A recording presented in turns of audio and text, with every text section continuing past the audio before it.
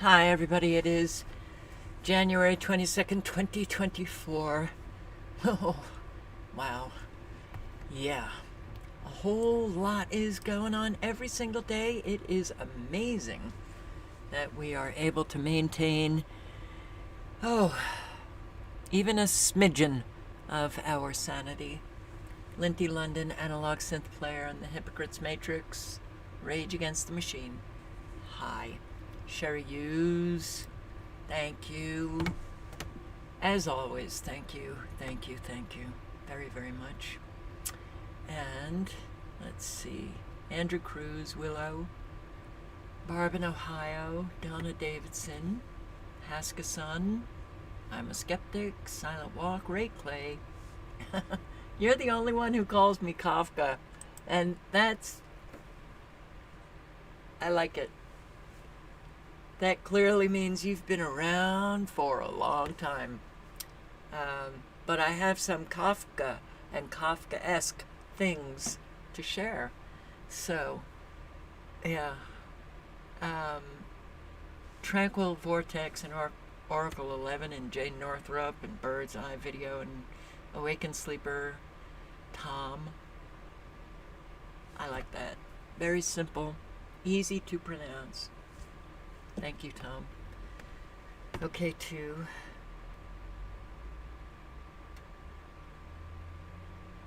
Why do you have to write these things? You got 10 doses of LSD in the mail today?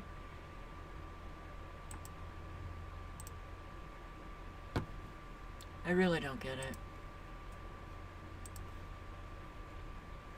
But with that kind of stuff, with the algorithms in YouTube, you don't know that those algorithms could pick that up? All right. Michael Scott Carpenter.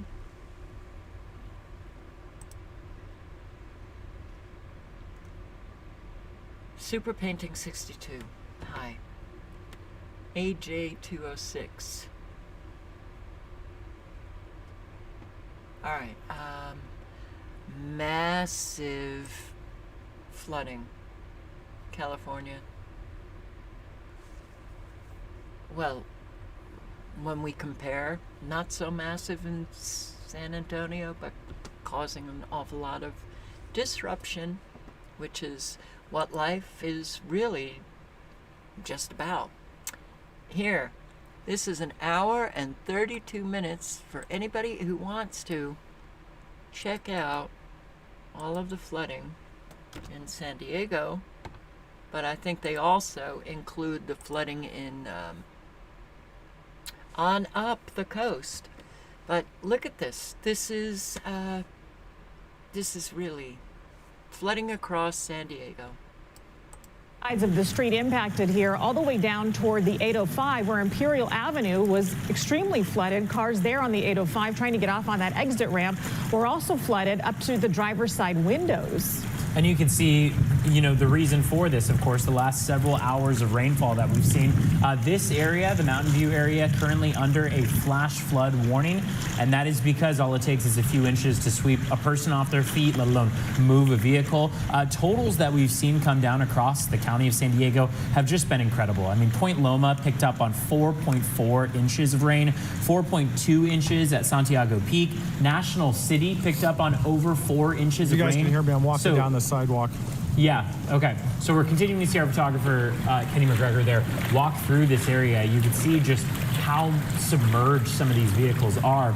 And over the last about 5 hours or so, things have been coming down very, very heavy, leading to conditions just like this. Some of the leaves and tree limbs have blocked off some of those storm drains. And so that's allowed for a lot of the pooling and ponding and just localized flooding that we continue to encounter here at the noon hour. Kenny, can you tell if anybody else is home? I see cars in the driveway in front of these homes, but my concern is that there could be an elderly person in one of these homes. Is there any idea, is anybody standing at the windows or anything like that? I'm still looking around. I'm walking on what I feel is the sidewalk below me. It's kind of hard to tell, but just trying to stay on some even ground here. It started to turn into a ghost town. I'm going to guess that people are probably still inside their homes. There's a car in the distance over here with its lights on. Again, I'm about 6 feet tall, and I'm getting close to my waist to where I don't feel comfortable.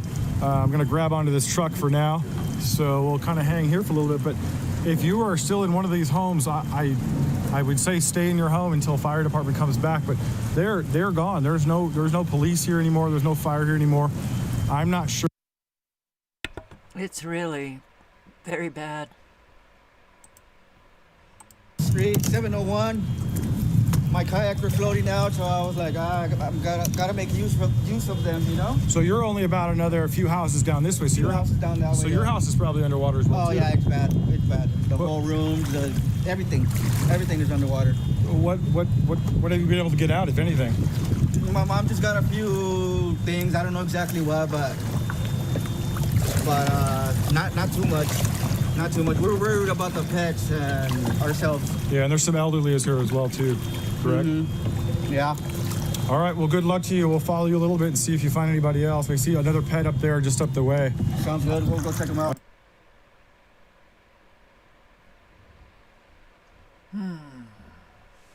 On that situation on the 15 northbound right now, but likely just due to the sheer number of calls that they're getting. We have also been talking about that flash flood warning that is in effect all the way through 1 p.m. There's a possibility that we see the National Weather Service extend that flash flood warning that's currently in play, and it would make sense for them to do so considering what we see here on the screen. All right, Kenny, I know you're coming up on some more residents here. Which one? That's your car there? Oh my gosh. Was it parked in the middle of the street there? It was parked right here. Oh my gosh. That's awful. Storm drains on the freeway to get the water to drain so these vehicles can get by. Julio, if you can hear us, is that what we're looking at here? Yeah, can you hear me? Yes. We gotcha. Yeah. Sorry about that. It's, again, the moisture's hitting my lens, so I get moisture and it's an obstruction. But yeah, it appears that's a Caltrans, one of the fine men and women of Caltrans that always tell us to slow down and, avoid. All right. Yeah. Okay. Freeways, the interstate. We've had heavy rains before. San Diego has. And suddenly we are seeing interstates all over the place, freeways all over the place, filling up, 5 feet of water. Oh, they're out there trying to clear the drains? What's going on? What's going on? Something else is going on. And I just wish people would begin to question why were the drains so clogged up that it literally amounts to like 5 feet of water or 4 feet of water? Really? Okay. Yeah, Rolando in San Diego. Look at this. Look at this. Moments as flooded out drivers were rescued by a pool lifeguard and fitness staff members working at the Kroc Center. It is nerve-wracking because you can't see what's below you at all. I mean, the water is dirty and you have different things that are coming at you, but my main objective was to make sure that he was safe before the water got too deep. And as the anchor, I was in the water up to my, chest high too, and pulling them in. I'm weighing almost 200 pounds, and that water's pushing me over the entire time. So it was moving. When I arrived in the middle of the intersection right there, a flood of water just came right through. David Hopkins says he followed a small white car through the flooded waters, and just as he hit the low point in the street, his car was completely swamped. But even with the moving waters, the team pushed forward, and David was happy to be retrieved from the top of his car. Just find people right here, they said, "Hey, can we rescue you? You come back with us?" And I said, "Sure." So this young lady right here, she came right across and rescued me. This is one of the worst I've ever seen, though. and I've worked here for 20 years. The Kroc Center is currently assessing their storm complications. We would love for people to stay home currently and not come to the Kroc Center until the weather settles down a little bit. It's not safe and it's not worth the risk. I don't think I would be going down there. I-15, Interstate 15, north off of Interstate 5, San Diego. Like there, as you can see here, it looks like we are now looking at one of the major roadways. This could be the 805. I'm going to wait for a little bit more information. Yeah, this is again the 805. As you can see here, that might be the northbound side of the 805 where we're seeing a tremendous amount of flooding. I don't know, Julio, can you hear us? I'm sorry. No, it's Interstate 15. Oh, look at this. Yeah, okay. This is only going to get worse. It's only going to get worse. 405 freeway in Long Beach. That's up north from San Diego. Have a situation that has developed. So to me, it looks like that this flooding has been going on for several hours, but the sick alert only recently issued. Our team in Sky 5 HD, I have to say, Rich, when I saw your shot, I went, oh my goodness, that is some flooding. Good morning to you. Yeah, it sure is. A lot of water here in the city of Long Beach on the 405 freeway. You're looking at the southbound side of the 405 right here at about Cherry, and you can see the semi truck just struggling to get through that water.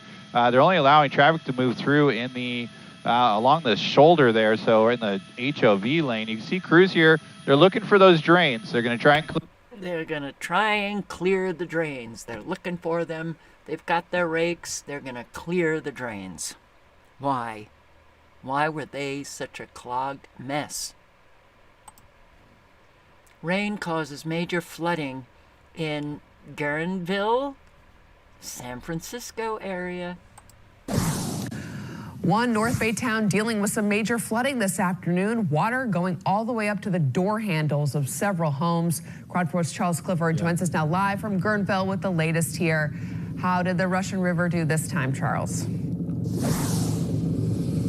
Well, good afternoon. The good news here this afternoon, the rain has let up. The floodwater is starting to recede. You take a look behind me here, you can see a lot of mud and debris on the ground. That is because early this morning, Fife Creek nearby flooded, and the water was up to many of these folks, the doorknob on their homes.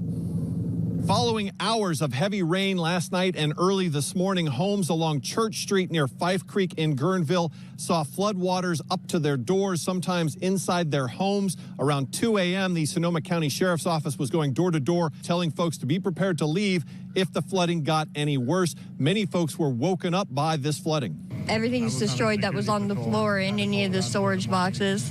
And anything that got wet will have to be washed and cleaned. There were also quite a few people who came home after the sun was up to assess the damage to their homes.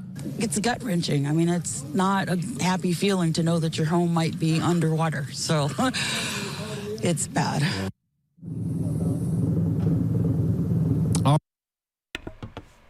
And there's warnings out there for more flooding. This in San Antonio, Texas. Barry, you are correct. I want to give you an inside look at the dangerous situation out here right now. You can see the floodwaters have completely engulfed this frontage road off 90, and a car submerged in that water. Now, we've been here about 2 hours this morning, and these floodwaters have looked exactly the same. They have not gone down any. You can see how fast that water is moving. Now, we did check with San Antonio Fire Department to find out if they had to rescue the person or driver of that car, if there was any passengers riding in that car as well. We're waiting to hear back. But low spots like this can be deceiving for drivers, especially at night when it's hard to see how deep that water is. And you can see how far back that water extends here on the frontage road as the TxDOT crews and San Antonio police have blocked off the road. Another reminder today, when you see those barricades, turn around, don't drown. This too is San Antonio.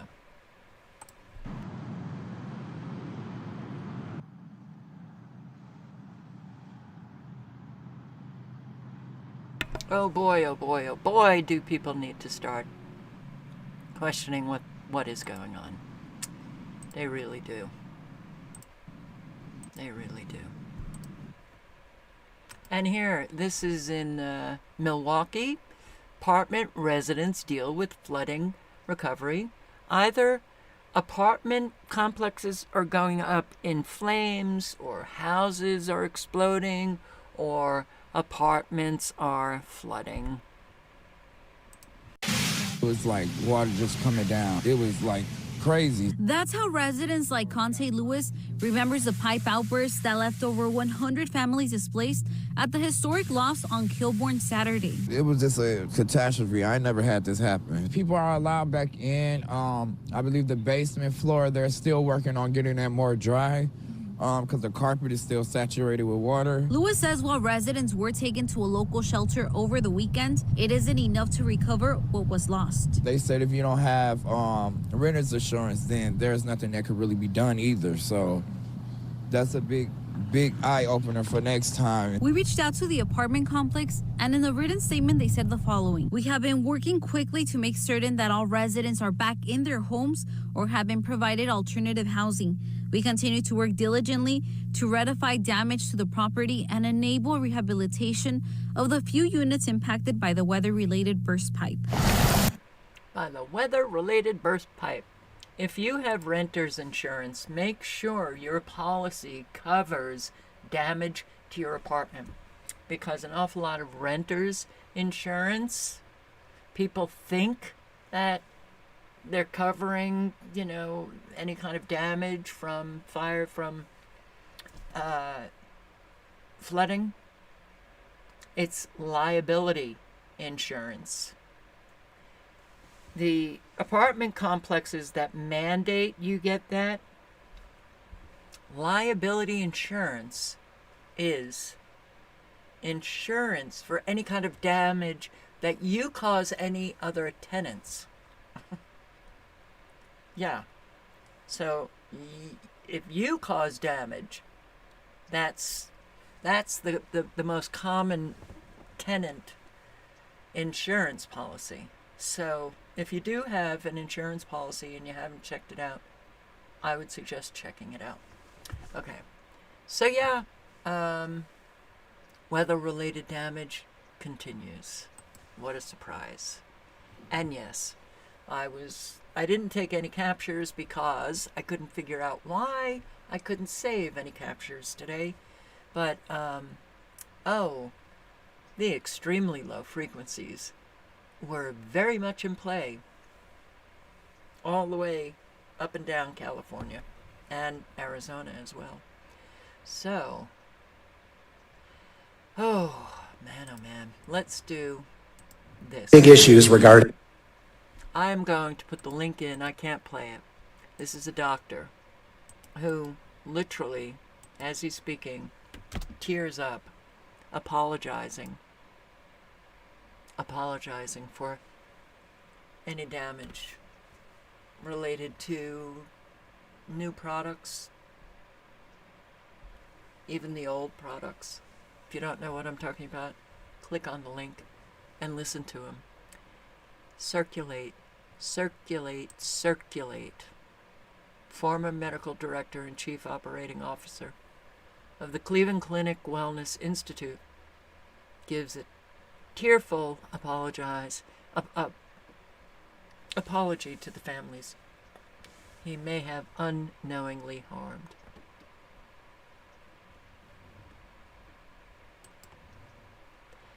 Oh, migrants, crises up the wazoo. This is gonna get a whole lot worse. And I don't know if you saw the video that I posted on Never Lose Truth today. Venezuelan prison gangs that have taken over. They're in South Florida. Now, how many of us have been saying that they were opening up the prison in Venezuela and sending the prisoners across the border? Yeah. Well, new questions. New York City, Randall's Island Migrant Center. Tonight, over the safety and living conditions near a migrant shelter on Randall's Island. All right, the latest incident caught by our camera involves a woman being carried away after suffering some sort of medical incident in the freezing cold. This comes after a man was stabbed yesterday. Jessica Formoso has the latest. A police presence was visible tonight on Randall's Island, a day after a man was stabbed in the neck. Cell phone video given to us by a migrant shows the chaos. This woman had just walked in when she saw the victim screaming for help. The man was stabbed. He was screaming, saying he was stabbed in the neck by one of the security guards. She did not want to be identified, but says a group of Venezuelan men got into some type of argument that escalated into a fight. Security got involved. You can see them in the video wearing the yellow vests. 18 people were arrested. Este es el albergue de la matazón. They call this place the death shelter, said Angel, who arrived in New York Friday morning. He was placed here at Randall's Island, but says from the moment he walked in, people told him to watch his back. Antes que me vaya a pasar algo a mí. Before something happens to me, I'd rather be somewhere else. I'm going to ask to be transferred to another shelter or if they can get me on a flight to another state. Migrants we spoke to say they sleep with one eye open and one eye shut, fearing they will be attacked. This stabbing comes less than 2 weeks after a 24-year-old man was stabbed to death inside this same shelter. We reached out to City Hall asking if they are aware of how unsafe some migrants feel, but we have not heard back. As we were out here reporting on the stabbings, our camera caught the moment a migrant woman suffered a medical emergency. She was unconscious, just kept having seizures, said this migrant who came to her aid but did not want to be identified. The young woman, who they call Dani, has been living in one of these tents steps away from the city's makeshift shelter for weeks. According to those who live with her, they say she was complaining of the cold moments prior to suffering the seizure. And we still don't know the condition of that young lady who suffered that medical emergency. Oh my God. Oh, wow. Migrant tells journalists, soon you're going to know who I am. So that was the video that I had posted last night. That was very telling. And he was saying that soon you will know who I am. You think about the sleeper cells. They're already telling you everything that's coming to all of us. He'd been conducting interviews with migrants who crossed into the U.S. Your reaction to that answer, soon you will know who I am. So I'm so happy that a video surfaced because there's an argument that we've made at the United States Supreme Court because we have 1 or 2 cases in the Supreme Court as we speak right now against the Biden administration about illegal immigration. And as the court weighs and considers our defense against the Biden lawsuit, they have to consider whether or not there is an invasion going on. I have asserted in court that there is an invasion going on in the United States of America, and that videotape typifies why there is such an invasion. That is a threat to the United States of America, what he said, but it's not a one-off threat. We see things like that happen every single day. So, Maria, my hope is that the United States Supreme Court and courts across the country, they see exactly what's happening on our border. It's not what happened under Bush or under Trump or under Obama. This is something completely different that has never happened before in the history of the country. This is an invasion by people we don't know who they are, where they're coming from, or the danger they may pose. And so, I will say, since I have been covering the migrant crisis in our country throughout Obama, Trump, now Biden, it's only gotten a whole lot worse.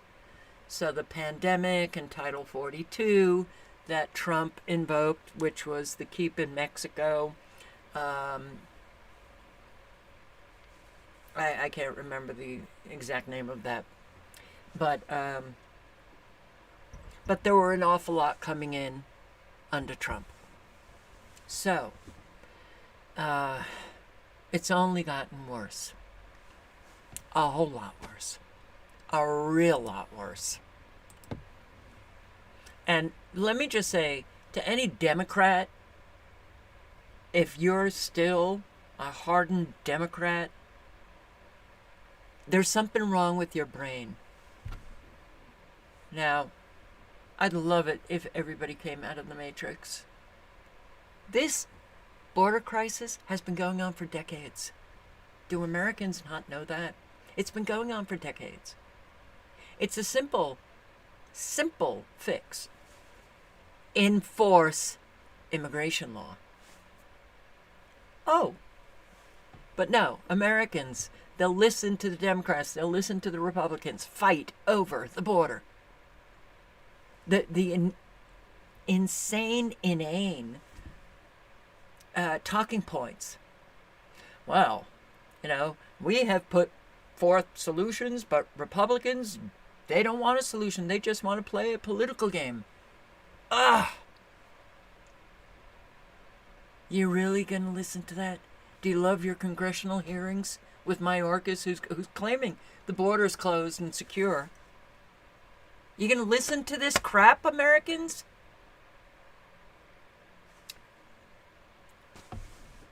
Yeah, there's a dance between the politicians and Americans. There's a dance between government and the people. Perhaps you want to just stop dancing because the partner ain't so sweet. And this is in Great Britain. Listen to the amount of money they're spending. House of Lords this afternoon. In fact, in about 10 minutes' time, the first of a lengthy series of debates kicks off. Meanwhile, it's been revealed that the Home Office spends around 36 million quid on private boats to help the border force pick up migrants in the Channel. The vessels are being leased on a temporary basis because of a 2-year delay in its plans to replace the UK's current fleet of border force cutters. We've also learned that nearly 16,000 asylum seekers, including those who cross the Channel in small boats illegally, have been allowed to work in a single year.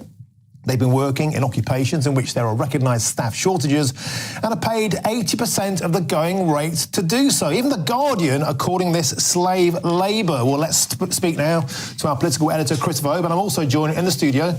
My great pleasure to have Sir John Redwood. But first to you, Chris. So I'll put the link in for the Brits who want to listen to this, but 250,000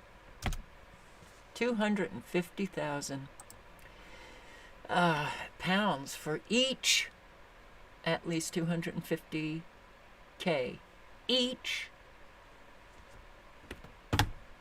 My God. That's what it's costing you guys. Oh, and I'm going to put the link into this. This is the longer version of the video that I showed last night of the Chinese who, in Britain, were fighting with this pianist who has a YouTube channel in Britain. They were telling him to not film their image. And the police got involved. It was insane. The entitlement of migrants coming into another country, and they descend upon your average resident of that country, and they demand whatever it is that they're demanding. It's as far as I'm concerned, it's quite something. But you'll see. They're just standing around this whole group of Chinese. I don't know if they're immigrants or if they're visitors, tourists, but you can see them. It's quite remarkable. Because they are just standing around and they're being filmed. I don't know if this is going to play now. Here, this is them in the back.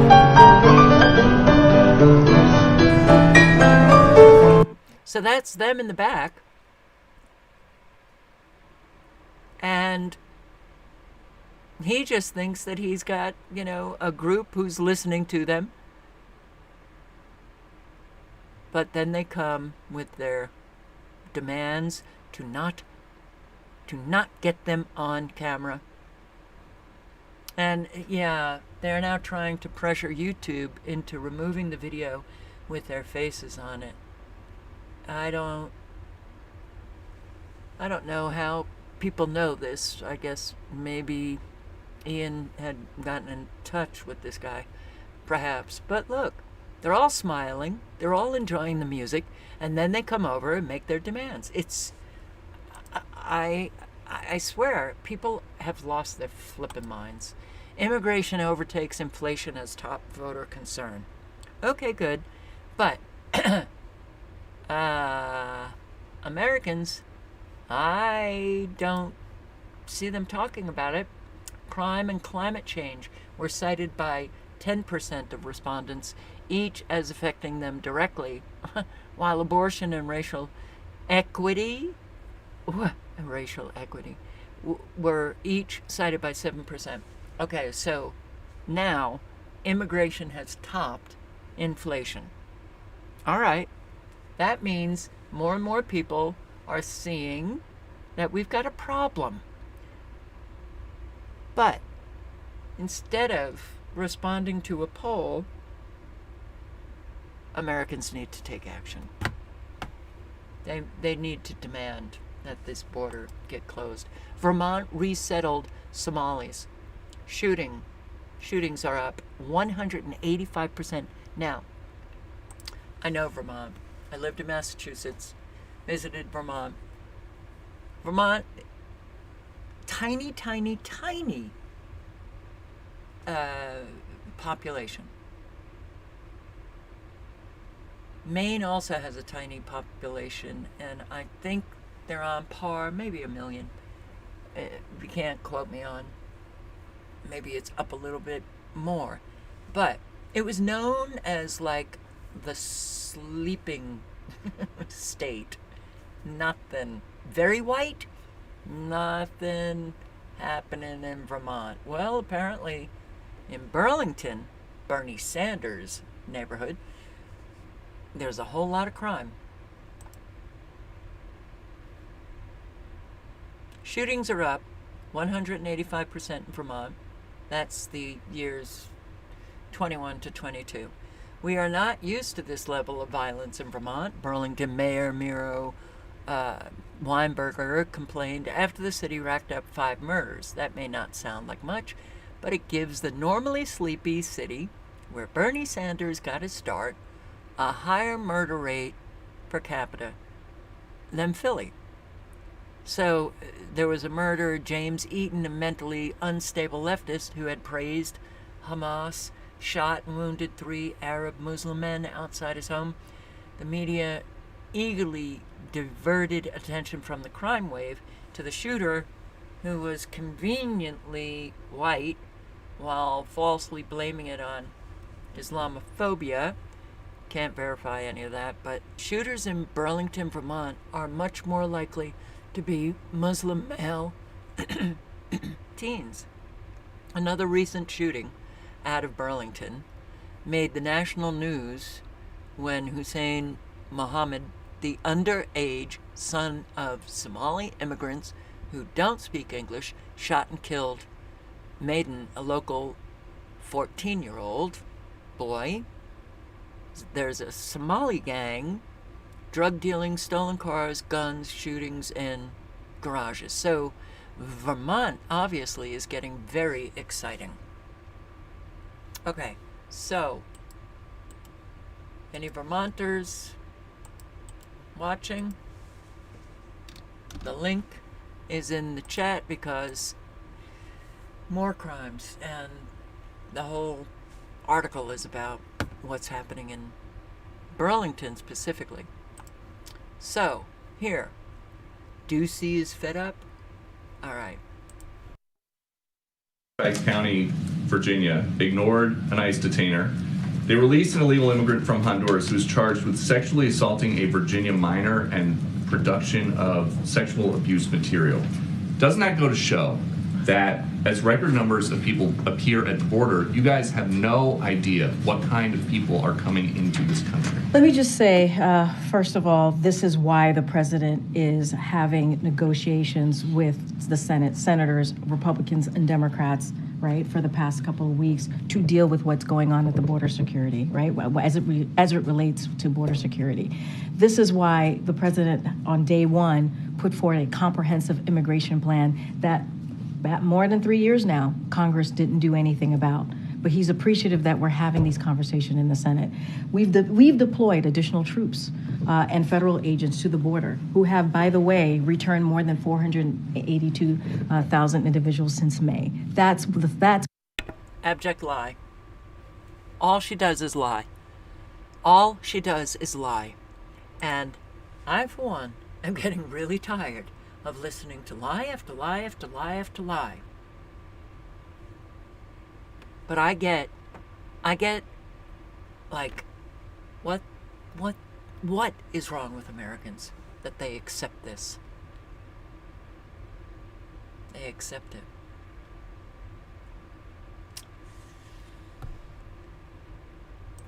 Okay. Here at Migrant Men's Motel, Yuma, Arizona. Take you on a tour and let you decide what is going on here. I am JLR Investigates. Check this out.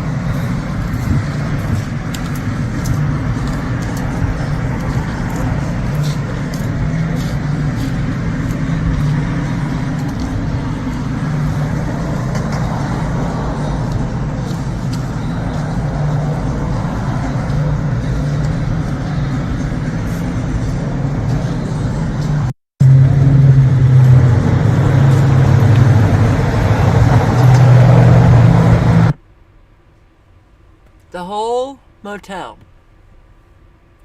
single-aged, military-aged men, the whole motel, closed to the public, taken over by the migrants. They get the free food, they get the free hotel room. This is... wow. Yeah. No problem here. No problem. The economy is swell.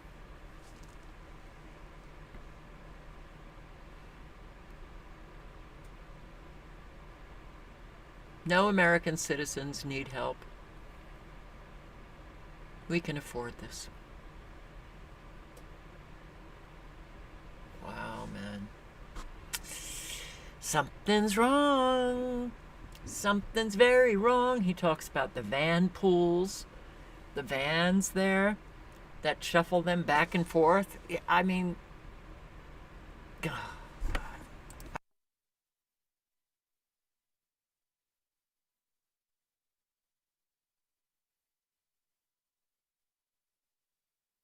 Well, Supreme Court allows federal agents to cut razor wire Texas installed at the border.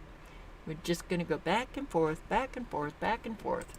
Supreme Court allowed Border Patrol agents to cut through or move the razor wire that Texas installed on the U.S.-Mexico border. So justices agreed with the Biden administration, who argued the wire prevents agents from reaching migrants who have already crossed over the border. Our very own Monica Madden is here to give us a little insight on this. So a big decision, obviously, Mon, from the justices. How do you think that this will all play out with other cases between the Biden administration as well as the state? Well, I think, Jen, it's important to point out that we're kind of at this boiling point when it comes to litigation between the federal government and Texas over what Texas has been doing at the border. We have a similar pending litigation over the buoys that Governor Abbott ordered to be installed in the Rio Grande River near Eagle Pass. And I think that this, it is just an order from the Supreme Court, so we don't have any insight as to what the justices were thinking. But historically, in other decisions before, in 2012, we had Arizona versus USA. The court said on the matters of immigration, it is up to the federal government for enforcement. This is a little... Well, there's no enforcement. It's up to the federal government. Yeah, great. Okay, well, we know what the federal government is doing. Let's listen to this man for a little bit. I don't know, maybe someone in the chat might know Ford Boss Me. Is he in Michigan? I kind of want to say he's in Michigan, but I don't know. He said, Rich, it's scary because I come to my front door. People are knocking on the door. I come to the front door. And there's people begging at my door. And then I watch them walk the neighborhood and case the neighborhood. They case the cars. They case neighbors' homes and stuff like that. They try to get through the front security gate so they can go bang on the doors. And he said, I came out of my house and was like, what are you doing trying to go in my neighbor's house? There's a security gate there for a reason. It's their gate that protects their home and stuff like that. And they're trying to get in it. And he's like, just go away. Leave my neighbor's home alone. Just go away. Well, he said, I watch these people and they'll do it in like groups. They will go door to door begging. They'll go down the streets pulling on door handles and stuff to see if the doors are unlocked so they can steal tools and loose change and stuff or any kind of food that may be out, snacks and stuff in the car. And now that happened before any of these big reports have been out here. And now since months ago when he reported this to me that was happening in our community here, I've seen more and more and more people talking about this. This guy here, I guess he came here illegally. The cops, so immigrant Daniel Hernandez Martinez, 29, told cops he arrived from Venezuela on June 27th and allegedly committed his first crime the following day. And then like a week or two later, he committed another crime again by stealing stuff or whatever, except this time he pulled a weapon on the police. And then after that, there was more stuff that happened. And they keep these people. They give them like amnesty or something like that. There's a certain level of protection that they get that other people don't get. They can get in trouble multiple times. Even here, they caught a guy that I think it was here anyway, but he was living in a migrant camp, like tent facility. He had a pistol in there. He had like $60,000, $65,000 worth of narcotics in there. He had like $1,700 or $1,800 or something around there in cash when they found this guy, and they confiscated everything, and the judge turned around and put the dude right back out on the street because they have some kind of safety act or pact or something like that that protects them different ways than other people. So, and it's already hard enough here in the city of Chicago because they changed the law saying you can't chase people. If they're too aggressive, a lot of times the police have to back down. There's so much constraint on them that they can't even really do their job here if they wanted to. And when judges are doing stuff like this where they're arresting them and putting them right back out on the street, that doesn't send a good message to the community or the police officers that are trying to support the system in general. And I'm not saying all police officers are innocent, but when they're out there trying to do their job like this, and they see the very person they picked up and had this rough altercation with, where they could have lost their life, or they could have got,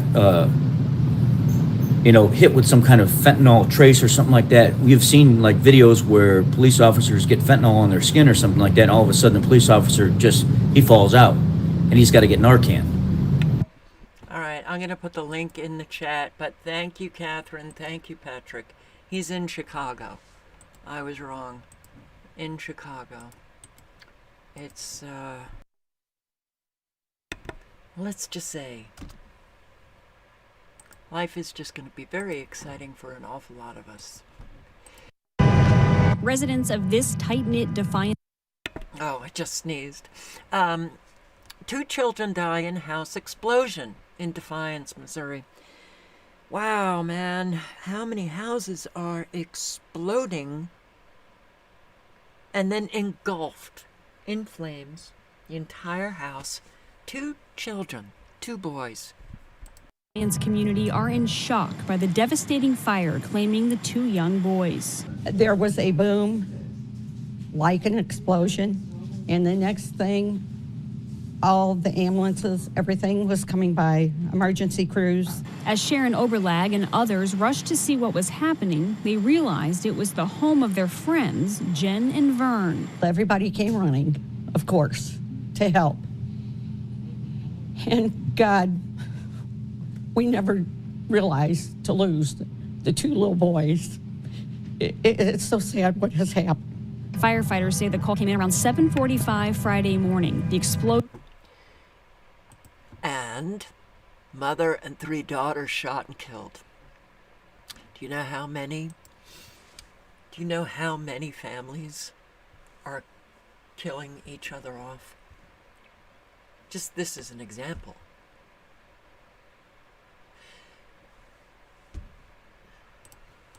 Tonight, police in South Suburban Tinley Park remain at the scene of a quadruple shooting. 4 women found inside a home.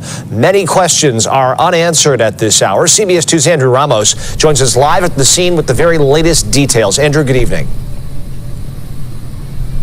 Good evening, Chris. Just a short time ago, law enforcement officials confirmed to CBS 2 that the victims in this case were all related, a mother and her 3 daughters. And tonight, 1 male suspect is in custody. Now, Tinley Park police responded to the scene just after 11:20 a.m. when they say a man inside a home in the 7400 block of 173rd Street called 911, alerting a dispatcher that there was a person shot in the residence. When officers arrived, they found 4 victims, all women shot dead inside the home, now identified as a mother and her 3 daughters. Now, a male suspect was arrested at the scene. It's unclear if that was the same person who made the call to 911. Now, we did speak to a neighbor whose daughter knew the family well, describing them as a family of 7, a husband, wife, 3 daughters, and 2 sons. The children were told all over the age of 18.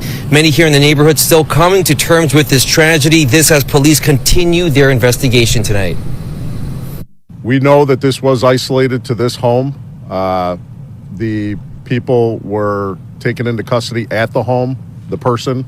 The scene is secure. It is only 1 suspect at this time, and we are confident that there is no threat to the general public in the area. She's in shock. She went to school with the oldest son, and she employed the twin sisters. And she always talked about how they were all very intelligent, and they had very high goals in life, like being a pharmacist and a doctor.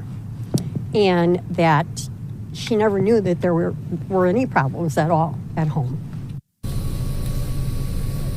Now, the investigation remains very much active at this hour. We're told search warrants were issued earlier, and detectives are now inside the home trying to piece together this tragedy. When we get an update on it, we will bring it to you. For now, we are live in Tinley Park. I'm Andrew Ramos, CBS 2 News. Okay, Andrew, thanks very much.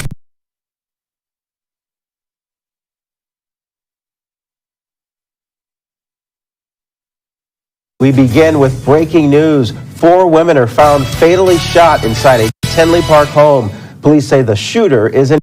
Sorry, I had cat chores. I thought I could make it back in time, but yeah. So we've got a lot going on. Elderly man dead, wife fighting for her life after son beats them with a bowl. Well, UC's a sergeant on scene giving us the horrific details tonight. We're told that a son badly beat his parents at about 8 o'clock last night. An 85-year-old man was killed, his wife only making it through the night because she'd allegedly locked herself into a room. It happened right here at 3 Fountains on Piper's Creek. Creek. We're told home health care workers were doing a routine visit at the Three Fountains apartments when workers couldn't get a response from their patients. They tried knocking on the door. They tried calling their elderly patient several times, and then they reported it to police. Investigators say officers came out to do a welfare check. When they entered the apartment with a master key from maintenance, we're told officers nearly tripped over blankets. But then they... Well, tripped over the elderly man. What? Yeah, it's only going to get worse.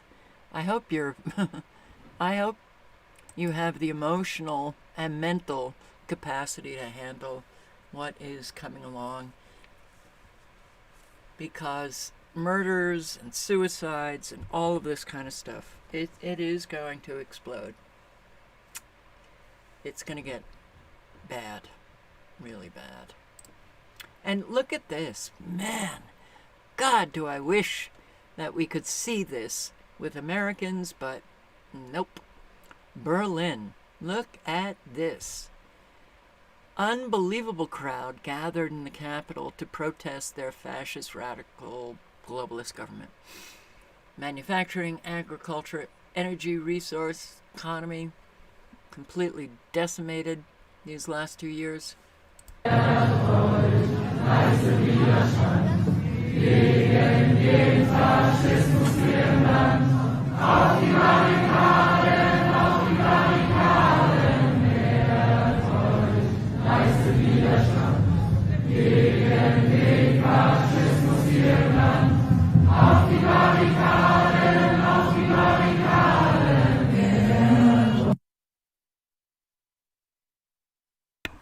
Now that is a wow. Wow. Wow. That's a lot of people. Hats off. And here, a pastor and wife arrested for alleged child abuse, kidnapping, neglect. Pastor? What do you mean? How could that be? And his wife arrested. Keith Holt is accused of beating their children with a board and, in some cases, locking them inside the bathroom with no food or water. His wife, Candy, accused of allowing it to happen. News 4's Ashley Moss is in Blackwell tonight. Now, we do know that those children are safe and in protective custody tonight. And while the pastor of the church that Keith Holt supposedly worked at said he never knew anything was wrong, the body cam video of their arrest at this home you're about to see paints a different picture. All right, we're back. After Keith and Candy Holt refused to cooperate with police days in a row, they returned with a warrant. You both are going to be under arrest for child abuse and go with these two gentlemen. And all 8 children are now in protective custody. At this point, Candy clutches her chest in confusion while her husband Keith is quickly placed in handcuffs. We'll have a conversation when I get to the police department. The 8 children who were removed from this home ranging from 17 to just 2 years old. Now they're safe, and witnesses told News 4 off camera they appear to be doing well. But court records reveal at least 2 documented reports of suspected abuse to DHS before authorities were able to intervene. One child describes getting hit almost every day with a belt, paddle, or board. The affidavit. Okay, I don't want to hear any more details. Set them on a trajectory to become alcoholics, drug addicts, worse, abuse their own kids or abuse other people. Parenting. You gotta love the parenting. And it doesn't matter, pastor. You know, a whole lot of Christians have this, I can just say I'm a Christian, and the Christians around them will go, oh, you too? Oh, you're just wonderful. Oh, you're wonderful too. And what's going on behind closed doors? Yeah. Do we need healthy parents setting their children on a trajectory to become healthy adults. That's how you make a healthy society. Look at our society. It's a reflection of the family unit in the aggregate. And look at this. This, it's, what? C'est un caprice, ça s'appelle un caprice. Je vais faire couler de l'eau sur le front du juge. Et après, on va embrasser le bonhomme. Parce qu'il sera devenu un petit chrétien. Oh là là là là. Je crierai plus fort que toi. Alors,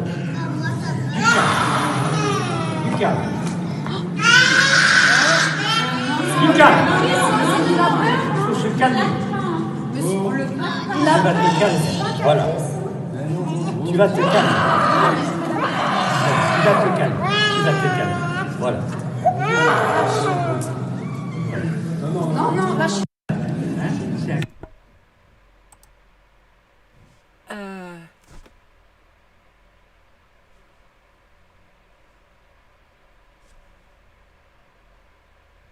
You saw the priest slap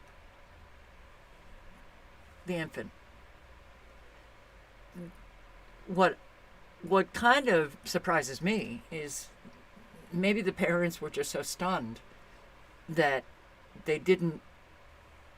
The father finally grabbed the child away from the priest. But what the hell is wrong with the two-legged? I don't know. Oh my God, I don't know. So,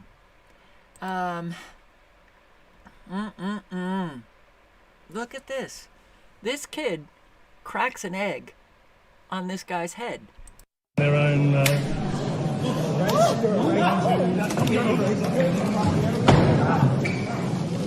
Their own.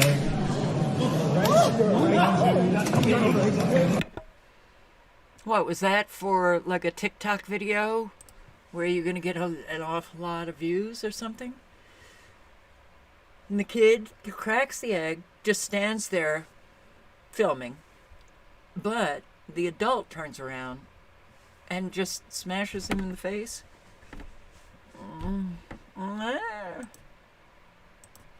All right. This was a 32-minute documentary on Newfoundland, St. John's. It's a village. It was very, very interesting. I will put the link in, but when you're listening to this, this is one of the ways in which they destroy small villages, and in this case, started in the 90s when they put a ban on fishing, but they want this village to literally close down, the government of Canada, and it will eventually.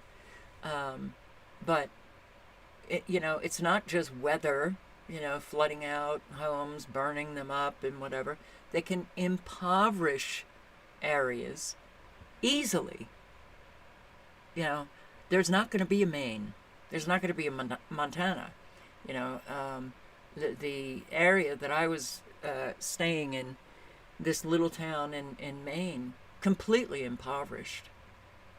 So what happens if you can't make it financially? You got to move. Where do you move to?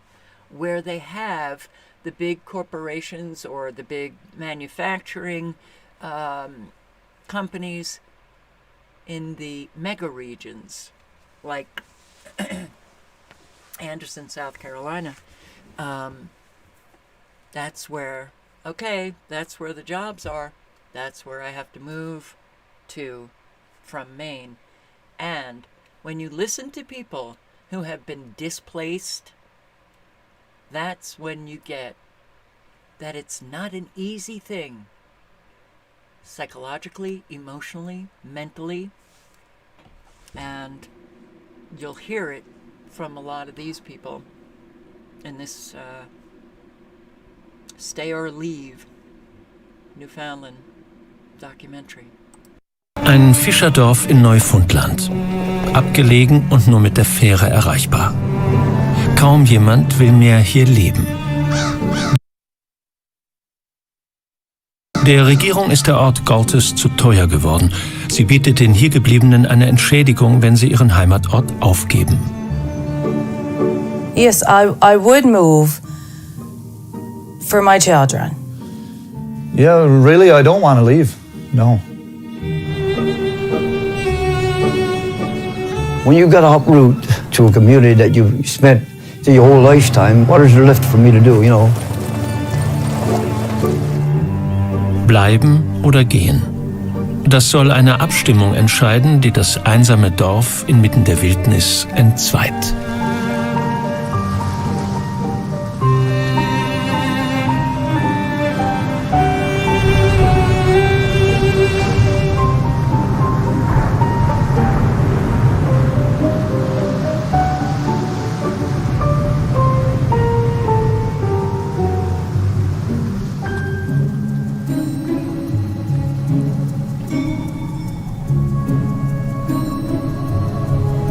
Minus 20 Grad.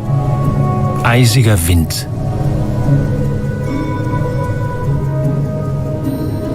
Alles Leben ist zu Eis erstarrt.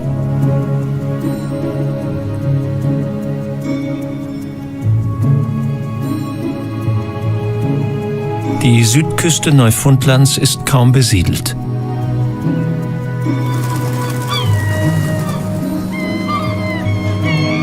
Outports nennt man die abgelegenen Fischerdörfer wie den Ort Galtes. Auf einer Insel ohne Autos. Es leben nur noch so wenige Menschen hier, dass die Provinzverwaltung in St. John's den Ort am liebsten aufgeben will. Zu teuer ist eher der Unterhalt. Die Bewohner sollen abstimmen, ob sie bereit sind, gegen eine Entschädigung ihre Heimat zu verlassen.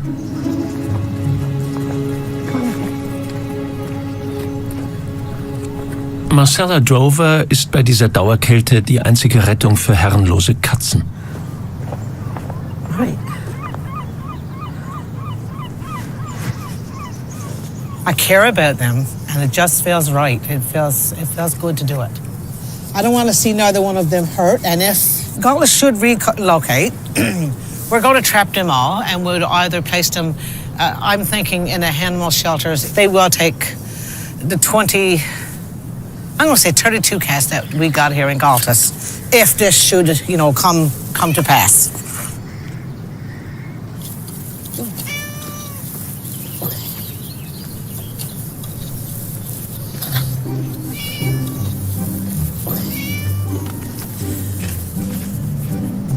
Marcella kümmert sich um das Büro des Bürgermeisters, auch wenn es für Gordon Hunt nicht mehr viel zu verwalten gibt.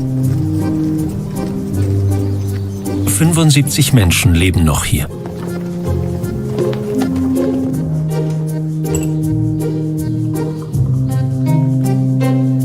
Bald soll abgestimmt werden. Wenn 3/4 der Bewohner für die Umsiedlung sind, stellt die Verwaltung alle öffentlichen Dienstleistungen ein. They had their way. They were clean up the West Coast. They want everybody in St. John's and in Central Park Island. They don't want no outports anymore. It's the government's policy. Now, they're not going to say it to you, and they're not going to say to you that they're forcing people out of Galtes, but it's making the system bad enough that people want to leave. We got no health care. We got a poor ferry service. So, it's almost making the people want to go. And that was one of the things that I discovered in the small town in Maine where services were being cut. You try to return something from Amazon if you don't have a cell phone. Fortunately, somebody came to visit who lives in Massachusetts, took my package back because I could not return it to Amazon, but she could return it for me in Massachusetts. The post office put out a notice that your mail may be delayed. So they cut the services little by little, and then people feel the pinch and they want to move. And a whole lot of people express that in this documentary. So, I'm going to put this in again. Yeah. I frankly think everybody should listen to Mark Passio. But he does talk about, stop looking at how people are dressed, how their hair is, how they sound. It's the information that's important, not the person delivering it. It's the information that is important. So, and yeah, we have an awful lot of people who are still on a low level, and they will, put out their feelings about how you look, feelings about how you sound. Oh, don't get so angry. Don't, yay, just relax. I'll play a few minutes. Right? So, freedom, man. That's what it's all about. I can't, because I don't know where view and perceive human reality. I should have looked at the time. Particular style and aesthetics applied. And that is what I attempt to do to the best of my ability as a presenter. Reality is not going to change. It works a certain way. Humans have to change to adjust their perception to objective reality. If we refuse to do that, we suffer. Again, the only ways that humans truly suffer is refusal to accept the truth and then believing things that are not true. That's it. Believe what isn't true, refuse to accept what is. That's how all self-imposed, self-inflicted suffering is created in human society. And that's what I'm saying here. You're not going to see anything new. You're not going to hear anything new. This is data that has always been amongst us. It is the way the universe works. And all I can do is tell it to people, present my findings, present the accurate conclusions regarding them.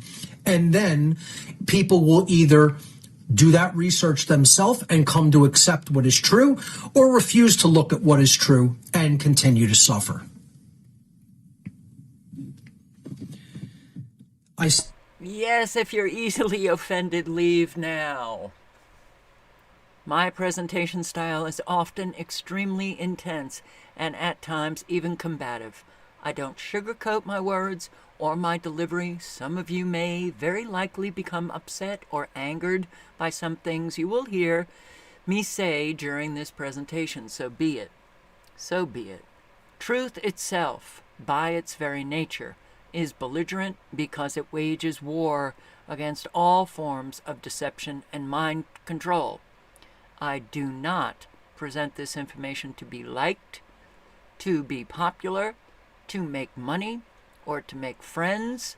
I speak publicly only because I recognize that in a time of such overwhelming ignorance and deception, the fact that I understand such information regarding what is taking place in our world places me in a position of moral obligation to communicate it to others in an attempt to help them understand it as well and to encourage them to do something about it. Telling the truth and making someone cry is better than telling a lie and making someone smile. We all know that, right? But so many get offended. Something is crashing in against the indoctrination, the mind control, the I don't want to grow. Told this to the whole room of people, which probably numbered around Now, six. I'm just going to go over a few news headlines. Fake Joe Biden robocall tells New Hampshire Democrats not to vote on Tuesday. The fake videos, fake audio, that's going to become very intense. And whether or not it's actually going on, mainstream media is going to be on it, reporting it. And people won't know what to believe at all. Authorities investigating suspicious devices found in several New Mexico cities, Deming and Albuquerque, Las Cruces. They found an explosive device in Deming and are asking people to avoid traveling in the area out of fear of a second one. Oh my God. Okay. Well, we're going to be seeing an awful lot of the authorities telling us to don't travel. U.S. plans open-ended war against Houthis, but Biden officials assure it won't take years. We're going to pummel them quickly. War. War. This is what you get when you don't get involved. This is what you get. Will that war be coming over here? Oh, yeah. Oh, yeah. And if it doesn't, the day before I die, I will say it hasn't happened yet. Republicans push to legalize property owners killing homeless people in Kentucky. All right. This is Vice. Vice, like a drug or alcohol. So check out this bill. But, based on the article, it authorizes the use of force against unhoused. Okay, why are we saying unhoused? And I'm seeing unalive. Is that like a new term? Unalive? To unalive somebody? What? Unhoused?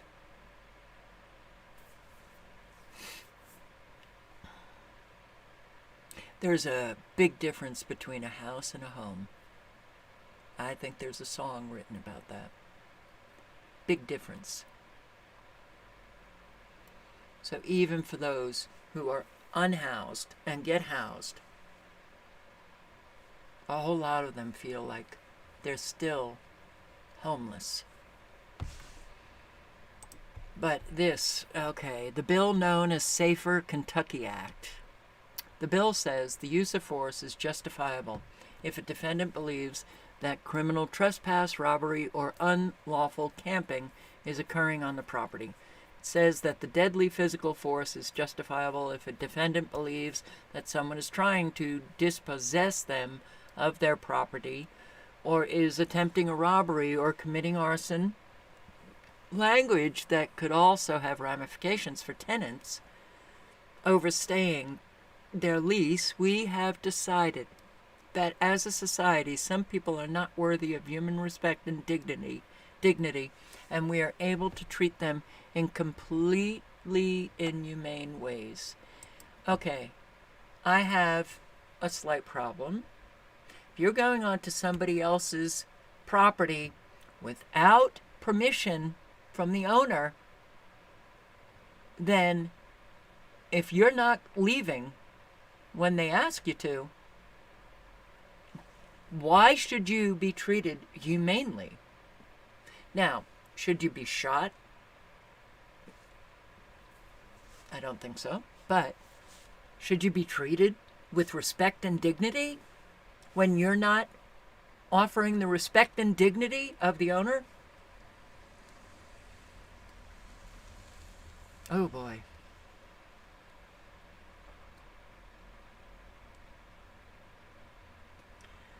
I used unalive in chat as we were told not to use the K word or M word.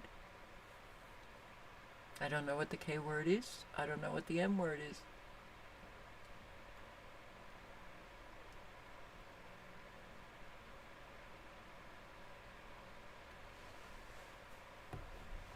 I don't know what unalive means.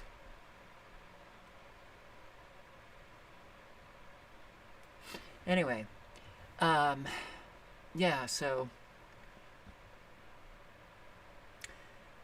I do think that we're going to be seeing an awful lot of people who would never have taken actions if they were not so stressed, as most people are now.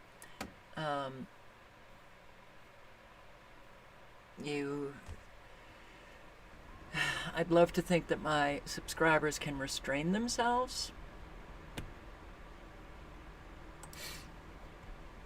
Journalist who attacked top tennis player for refusing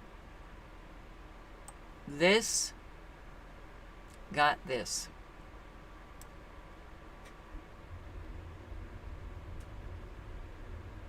Yeah.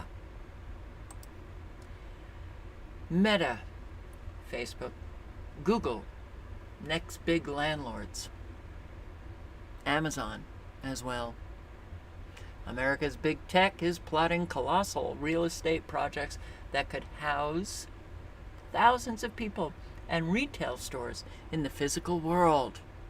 Could these be 15-minute cities? Google parent Alphabet is in the process of building a massive 153-acre neighborhood near its Mountain View, California headquarters. Complex will feature more than 7,000 homes and roughly 300,000 square feet of retail community spaces. Facebook 59-acre housing project dubbed Zucktown. Wow. Oh, can't imagine anyone moving there. 1,700 residential units, hotel, offices, retail space, not far from Meta's headquarters. Amazon taking a slightly different approach after selecting Arlington, Virginia as the site of its new second headquarters, where 250,000 workers will congregate. Well, yeah. Average rent soaring to around $2,000 a month.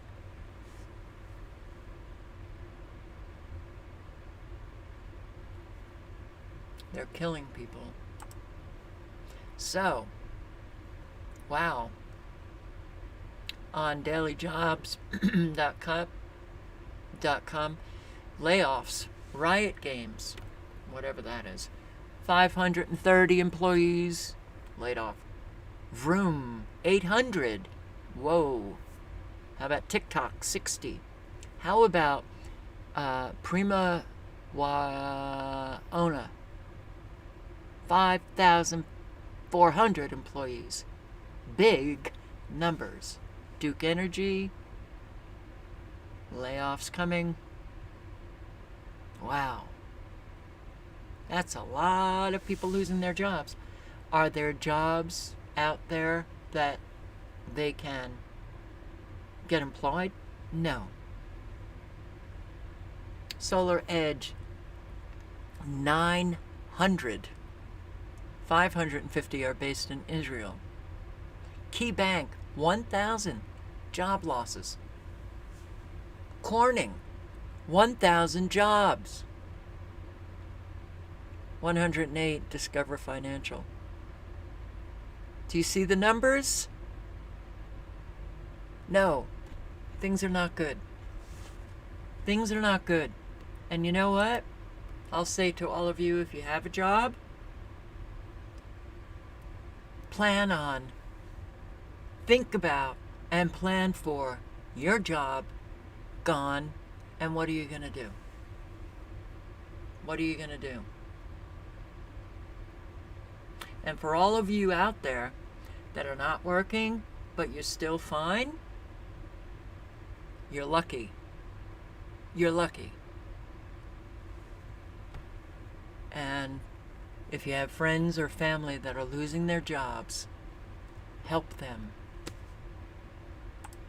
AI will create long-term job disruptions.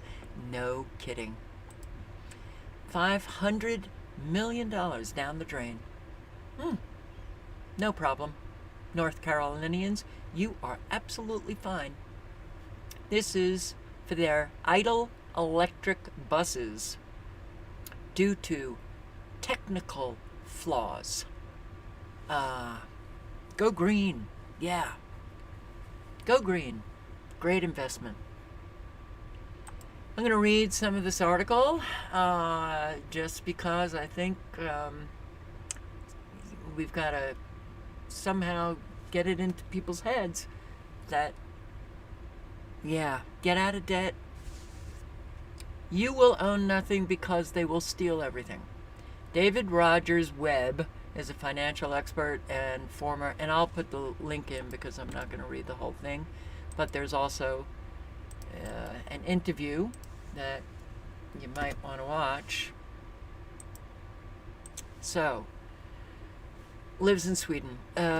He's a former global money manager. All right, recently, David revealed the game plan of globalists like Klaus Schwab, who publicly predicts you will own nothing, but you'll be happy because you will be on drugs or dead. So, according to David, this is not some idle threat by a complicated, active plan. Demonic deep state globalist central bankers have been working on it for decades. David explained this theft in a free book and documentary called The Great Taking, which is hyperlinked. You can watch the video. It is a stunning plan to steal almost all wealth and legally not be required to pay 1 red cent for it. The plan is in the process of unfolding now. The core of what I am showing here is about securities, stocks, and bonds. By the way, did you see? The stock market, the Dow, 38,000. It's a record. It is not a reflection of our economy. It for sure is a reflection of how rigged is it in favor of the rich. Okay. So I also go into the good old-fashioned way of doing it, which is taking anything encumbered with debt. That's been done for centuries. They create a cycle where there is a fall in price, and then anyone who is in debt is in trouble, and the collateral is taken. This was the big hammer in the Great Taking number 1, which was the Great Depression. In this go-round, the Great Taking 2, that is taking things that are not encumbered with debt. Oh yeah. There is very sophisticated subterfuge that has been put in place. They have worked for half a century to put this in place, so it is quite deliberate. This is not an accident. It's not organic. The dumping of the economy, the global economy, is done deliberately by the bankers. Not just simple greed. It is war, and we are being attacked in many ways we have never seen before. Full spectrum hybrid war has been going on for many years, only with increasing violence. Russia, of course, the conventional wars. Russia, my entire life, Russia has been the boogeyman, right? Okay, well, a very elaborate structure put in place and implemented by the CIA, the Federal Reserve, Department of State. This is not being run by the Chinese or Russians. This is the central banks. They are trying to collapse everything. We are in a war, and there are going to be big disruptions. We are all in danger now. Do I have to read the numbers of the people who are losing their jobs? Again, 530, 60, 5,400, yeah, 900, 1,000, 1,108, and it goes on. Get out of debt, stay out of debt. He also suggests you may want to sell your stocks and bonds now and pay off your house and any debts you have. A crisis is coming much sooner than you have been told. Get out of debt. Any debt, you're going to lose it. Safe in an era of Kafkaesque absurdity. Okay, so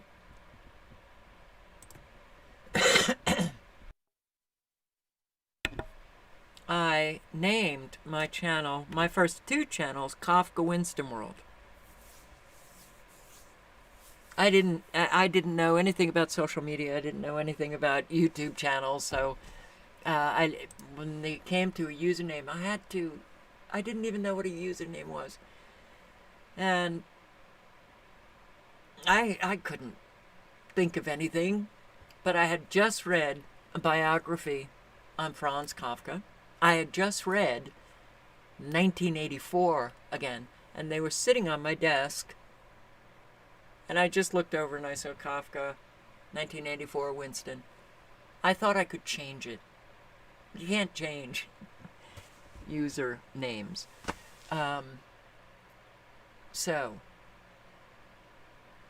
And the reason, 1984, I went back to that because I was feeling like Winston in Great Barrington, Massachusetts, trying to have adult conversation with friends, with residents of Great Barrington, and I was really feeling like I was doing something wrong.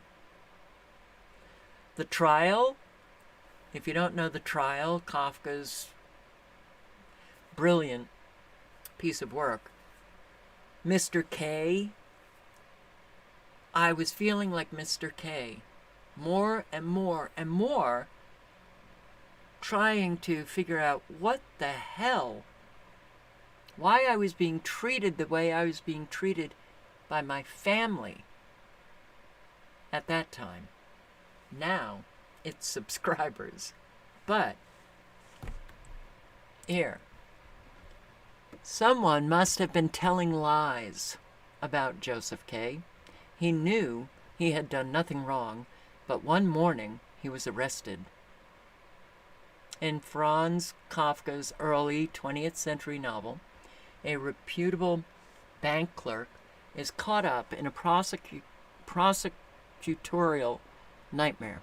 The story of Joseph K. begins when court authorities suddenly arrive at his residence to tell him that he's to be indicted, but they can't or won't explain the exact nature of the charges against him. Joseph K.'s accusers leave him with feelings of apprehension and anxiety. Throughout the novel, he struggles to defend himself within a hostile and complex legal process. At the end of the story, he's led away to a summary execution. During the entire ordeal, the accused never really understands the reasons behind his mysterious prosecution. This dark story about the destruction of an innocent man led to the term Kafkaesque, entering the English language as a way to describe situations in which honorable people are threatened by unfounded allegations.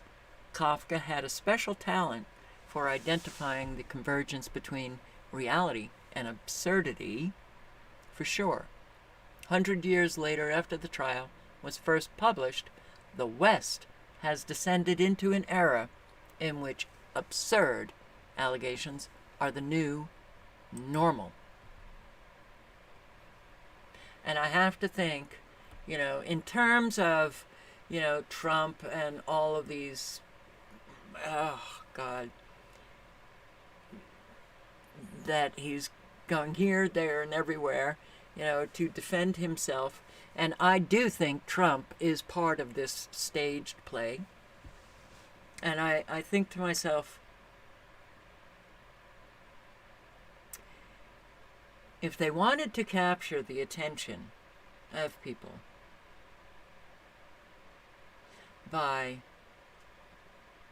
and they wanted to delegitimize the court system and prosecutors, that whole system, there would be no one better than to do it with Trump.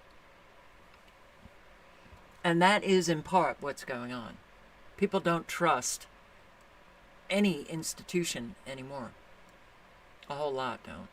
And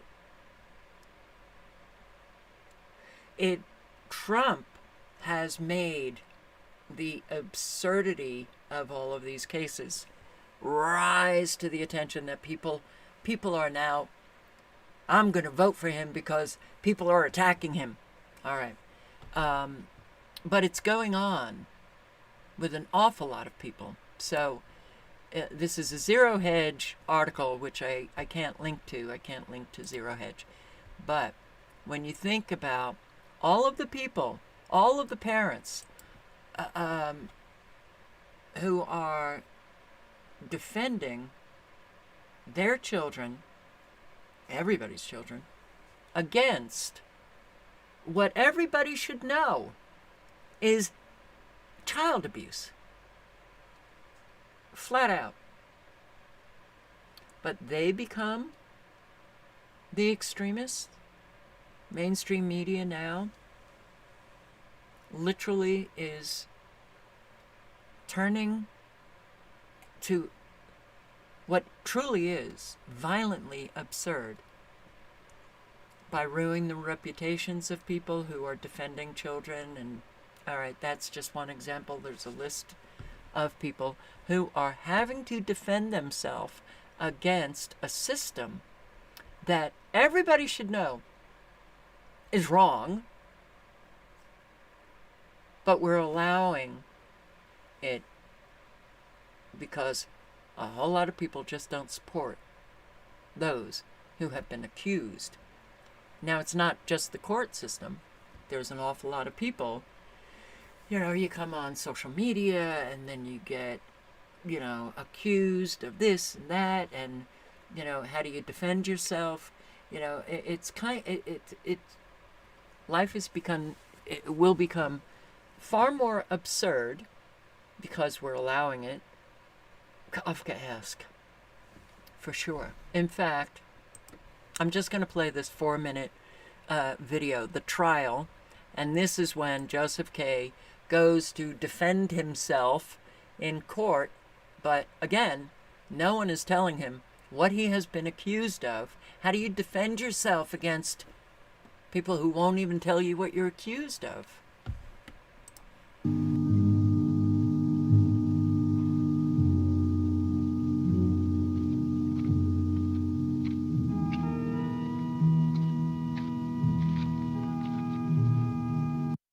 And you're defending yourself. So here's Mr. K walking in a suit.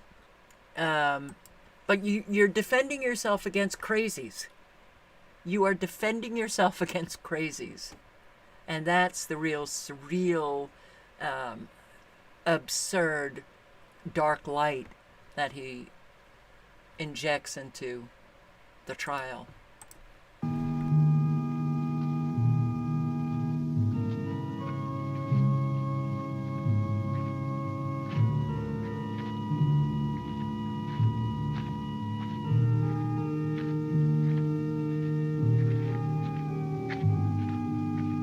And all of these people have, it's the same thing, but you have to watch the whole movie. It is, frankly, I think if you haven't read the trial, it's a brilliant piece of work.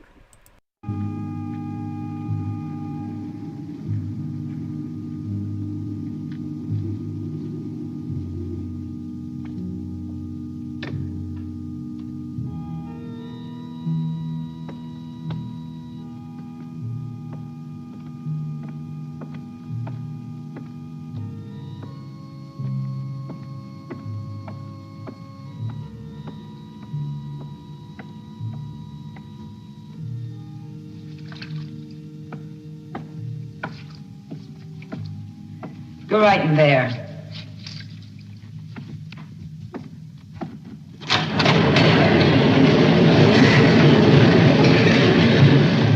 I gotta close the doors after you. Nobody else must come in.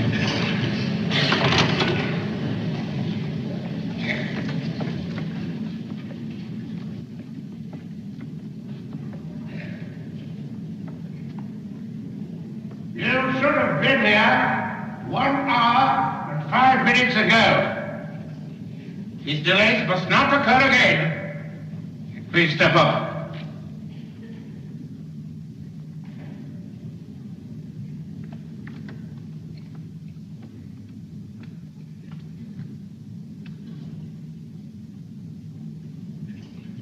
You are a house painter? No. The question from the examining magistrate about my being a house painter seems typical of this so-called trial that's being foisted upon me. Why, the very notebook of the examining magistrate confirms what I say. These are the examining magistrate's records. What's happening to me is of no great importance, but I think it is representative of what's happening to a great many other people as well. It is for these others that I take my stand here, not for myself alone. That's it, boy, get him back! I have been arrested, and perhaps, considering the magistrate's opening statement, perhaps they had orders to arrest some house painter who may well be as innocent as I am. The arresting officers even tried to get me to bribe them to steal my clothes and shirts from me. I managed to keep calm. I asked them very simply why I was arrested. And what was the answer of your self-styled inspector? If he were here, he would have to back me up in this. Gentlemen, he answered, in effect, nothing at all. He had arrested me. That was enough. I noticed that your examining magistrate has just given some of you a secret sign. Well, I don't know whether that sign was meant to be a signal for applause or hissing, but I hereby publicly empower the examining magistrate to address his hired agents out loud. Let him say, hiss now or clap now, whatever he wants.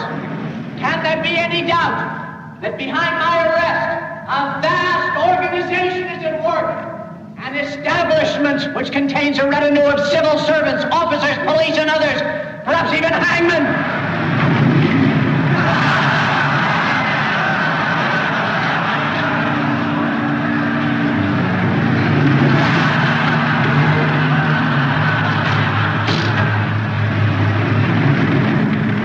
I noticed that all of you are wearing the same badge, so that every damn one of you here is an official of some kind. That means you've all come rushing in here to listen and nose out what you can about me. Half of you clapped. It was just to lead me on. Get out of my way. Maybe you wanted some practice in fooling an innocent man. Perhaps you found some amusement in the fact that I seriously expected you to be interested in justice. 1 moment. I merely wish to point out that tonight you have flung away with your own hand all the advantages which an interrogation invariably confers on an accused man. Just you wait.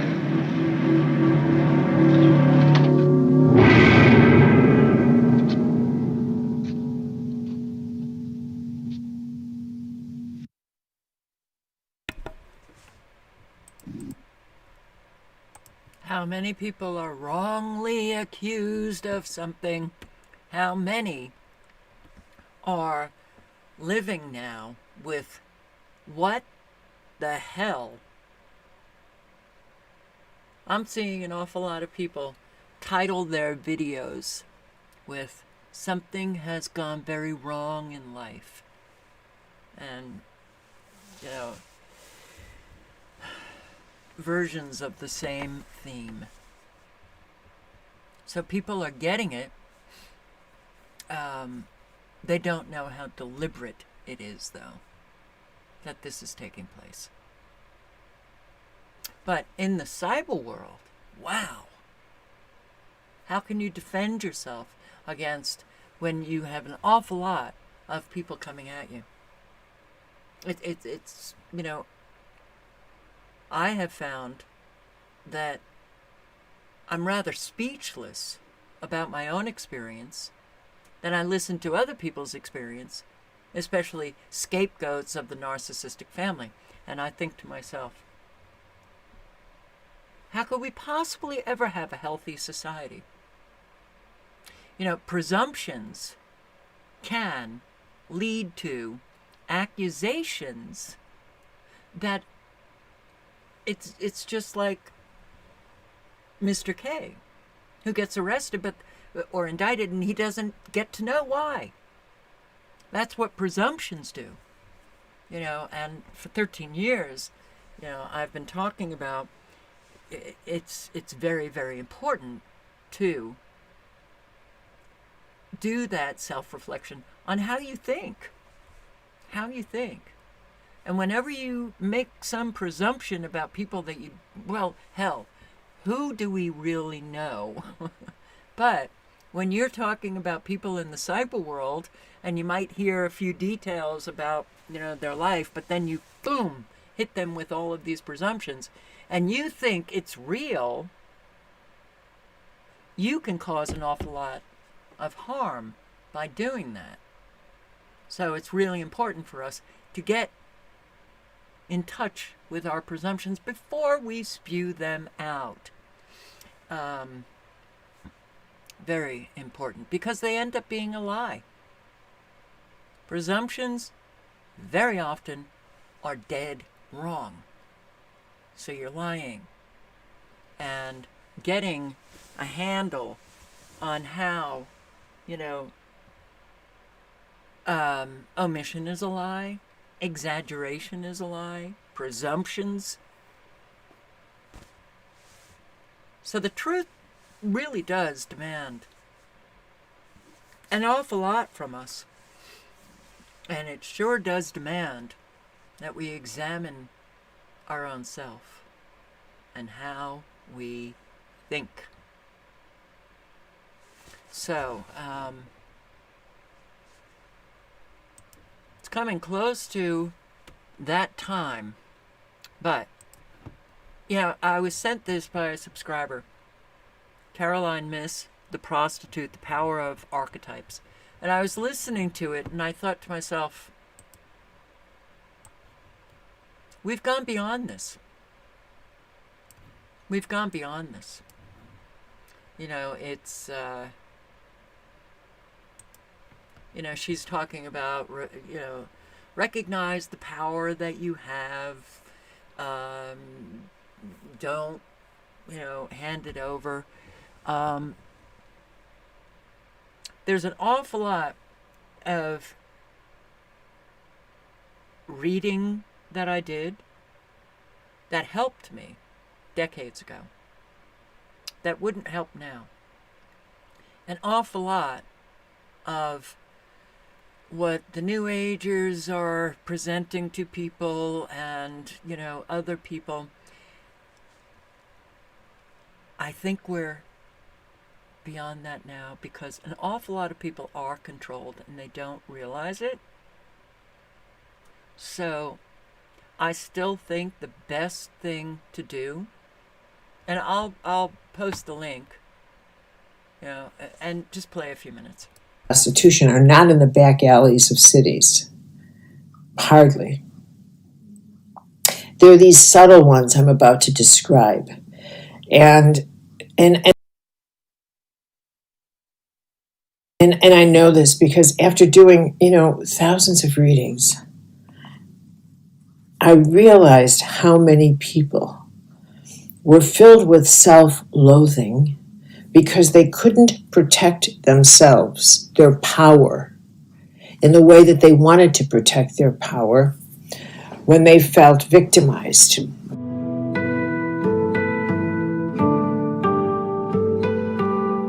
All right, so did I put the link in? I'll put it in.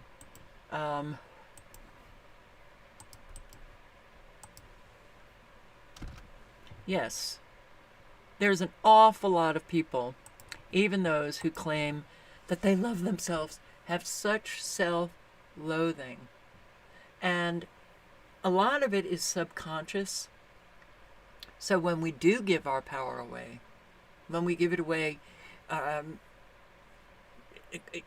with everything that's happening, when we give it away in our personal relationships, when we don't stand up for ourselves, when we don't hold the liars accountable, because they're the most dangerous in our society, because they destroy trust, and trust is the foundation of every healthy society, and we don't have it. Why? Because we have so many liars, and a whole lot are either unaware or they just haven't done any work on themselves, so their self-awareness is shot. It's like they don't have any, and they don't recognize the ripple effect of their own behaviors. But one of the reasons why it takes years and years to finally undo an awful lot of what has been done to you, in your childhood, undo the indoctrination, undo the inculcation that you've got going on in your mind. It takes years to finally get to a place where you actually know even a little bit about yourself. We don't have that time. We don't have that time.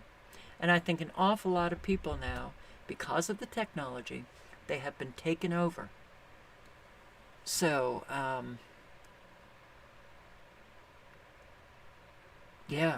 mean, it's...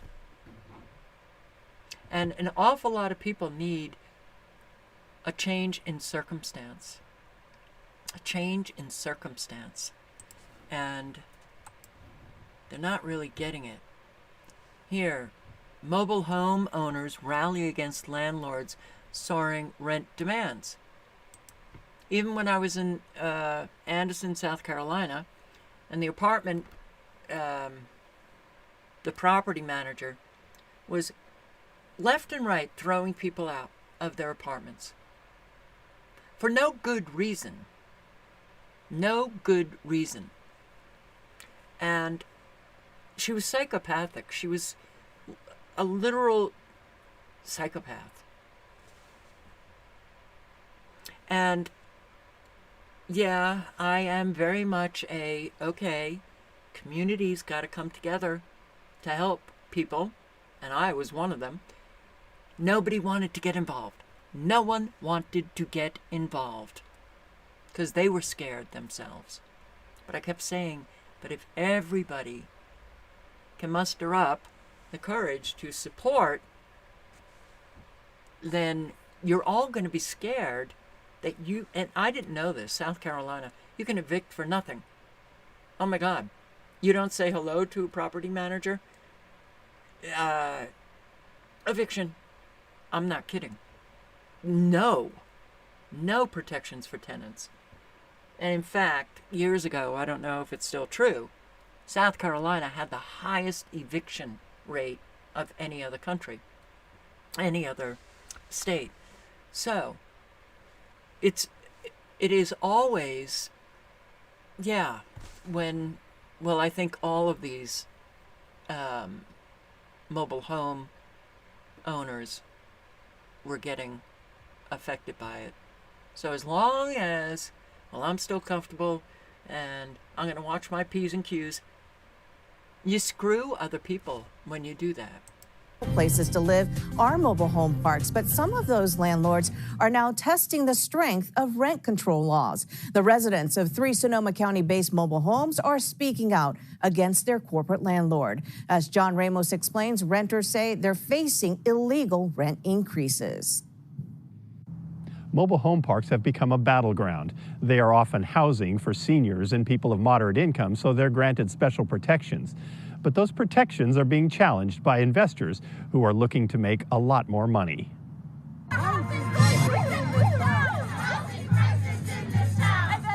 We're all here in solidarity today to let them know that we all stand together and that we're not going to let them do this to our people. The rally at a park in Petaluma was a coming together of residents from a number of mobile home parks in Sonoma County. Each of the 3 parks are protected by rent control laws, but nevertheless, residents have received rent increase demands well above the limits. In the case of Littlewoods, a park with a high percentage of Spanish-speaking people, the increases are as much as 300%. And many are stuck because they own their mobile home, but not the ground it sits on. So a lot of times they're in this rock and a hard place where they have to accept huge rent increases because they know the alternative would probably put them out, that they wouldn't be able to afford to move. We are frightened by these threats. and stand in solidarity with the people of other parks who are also facing the same problem with Harmony. Harmony Communities also manages the Countryside Mobile Home Park in Cotati, which is undergoing the latest fight. Wayne Randall has lived in the seniors park for 17 years and says it's a simple lifestyle. We have no amenities here. There's no clubhouse, swimming pool, no sidewalks, no nothing. We're just living. But we're living at a rate that we can afford. But the property owners wanted to remove the seniors-only status. So in December, Cotati leaders voted to impose a seniors overlay, zoning the property for only that purpose. Afterwards, property owner Nick Ubaldi threatened the council, saying, quote, "You voted for a lawsuit. The property value far exceeds its current use. This is a private business, and we will no longer bear the burden of Cotati's affordable housing efforts. The city can build and subsidize its own. After tonight's vote, we have decided to immediately begin the closure process for Countryside Mobile Home Park." What do you think is the ultimate goal of the owner here? His ultimate goal is to break rent control. It's the process of making people uncomfortable where they're at, how they're living, and that they have to conform to either higher rent increases or they will eventually get you out of here somehow or another. And that's one of the ways in which they do it. Make people really uncomfortable. There goes Babe. All right. I have a lot more on this window. And people are really hurting. Please, please, do the work necessary to reestablish some kind of community in your own community. Get out there. Help people. Shelters. Animal shelters. The elderly. Do you know them in your neighborhood? If not, make an effort to get to know them. Make sure that they're okay. You know, an awful lot of people are really experiencing being alone now. And I will tell you, it's scary. It is. Especially when you know what is going on. So, do the work on yourself. That's the only answer. It is the only answer to what we've got going here. Of course, we need the individuals in the aggregate doing that work real fast. Real fast. And, you know, get yourself to be not a prostitute, you know, not someone who is just, we all have a moral obligation. We have a moral obligation to one another, that we don't lie, that we don't create drama. That I can't believe, you know, and apparently this is new, which is interesting, but there's a war going on to the right of me in this park here. The tenants are fighting with one another.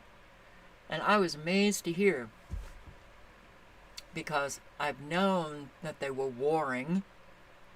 A whole lot of the tenants, dogs, cats, and garbage, and what the place looks like, and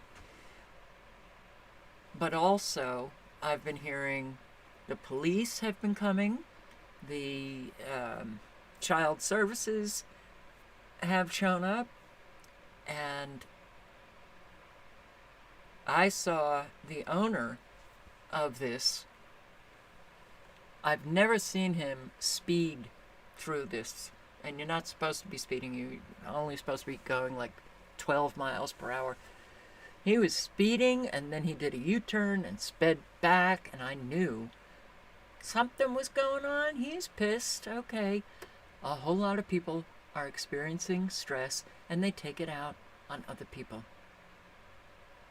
That's not good. That's not good. So, Keep that in mind, because I think a lot of us are really stressed. Keep it in mind. And, do your best to not fuck up other people's lives. And if that means that you just have to stand back and keep to yourself, then so be it. But we've got a lot of problems, man, and we need to come together, right? Okay. That entails work. That entails extending yourself, to those in your community. And yeah, stop paying taxes. Well, we can forget that because Americans are going to pay their taxes. So,